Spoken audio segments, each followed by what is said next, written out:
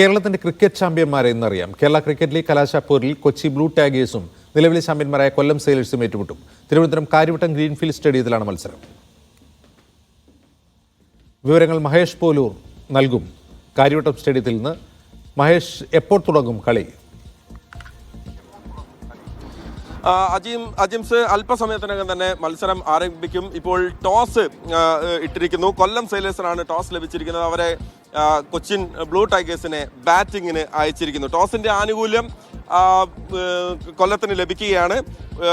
Kochi batting തുടങ്ങാൻ പോകുന്നു. കഴിഞ്ഞ മത്സരത്തെ അപേക്ഷിച്ച് ടീമിൽ വലിയ മാറ്റങ്ങളൊന്നും തന്നെ കാണുന്നില്ല. കൊച്ചിയെ സംബന്ധിച്ചിടത്തോളം ഒരു കന്നി കിരീടം ലക്ഷ്യമിട്ടാണ്, രണ്ടാം സീസണാണ്, ആദ്യ കിരീടം ലക്ഷ്യമിട്ടാണ് കൊച്ചി ഇറങ്ങുന്നത്.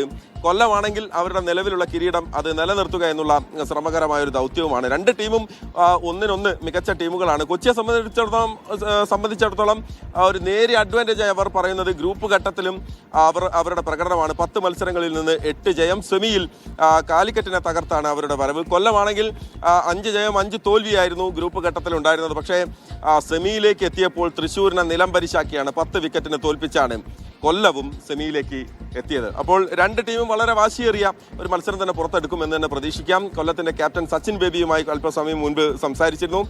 കൊച്ചിയുടെ ക്യാപ്റ്റൻ സാലിയുമായി സംസാരിച്ചിരുന്നു. രണ്ട് ക്യാപ്റ്റന്മാരും വലിയ വിജയ പ്രതീക്ഷയിൽ തന്നെയാണ് ഉള്ളത്. രണ്ട് ടീമിനെ സംബന്ധിച്ചിടത്തോളം നിറയെ ഓൾറൗണ്ടർമാരുണ്ട്, മികച്ച ബാറ്റർമാരുണ്ട്.